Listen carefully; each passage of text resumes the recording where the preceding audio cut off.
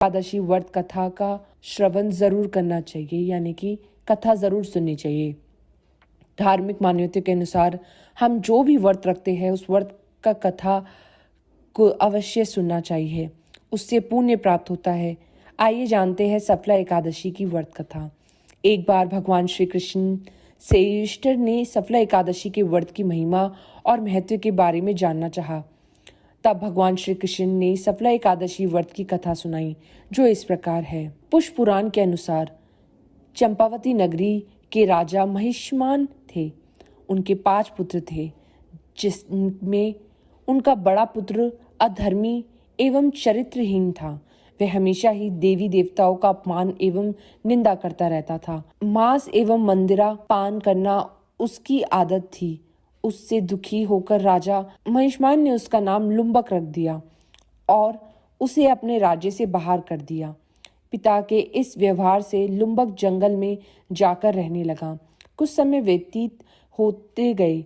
उसके बाद पौष मास के कृष्ण पक्ष की दशमी की रात आई। उस दिन काफी ठंड थी, जिससे परेशान होकर लुम्बक सो भी नहीं पाया। सर्दी के मारे उसकी हालत खराब थी। अगली सुबह एकादशी के दिन वह मृतप्राय हो गया था। दोपहर के समय सूरज की किरणों से उस पर पड़ी तो उसे होश आया। पानी पीने के बाद उसके शरीर में कुछ शक्ति आई तो वह फल तोड़ने निकल पड़ा।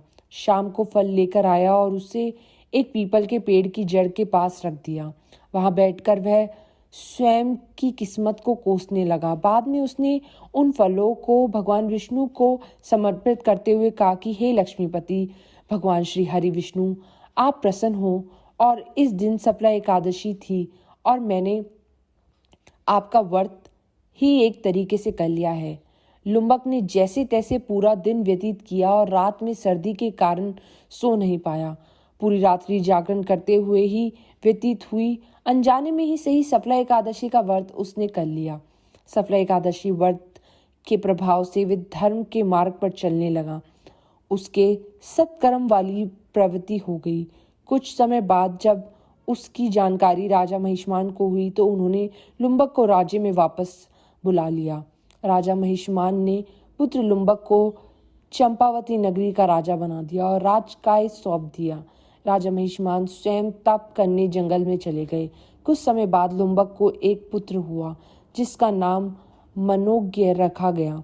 जब वह बड़ा हुआ तो अपने पुत्र को सत्ता सौंप दी और स्वयं भगवान विष्णु की भक्ति में लीन होकर मोक्ष प्राप्त किया। उस प्रकार से सफला एकादशी व्यक्ति के कार्य सफल करती है और मोक्ष देती है। तो बोलिए सफला एकादशी माँ की जय। जय एकादशी माँ। राधे राधे। जय श्री कृष्ण।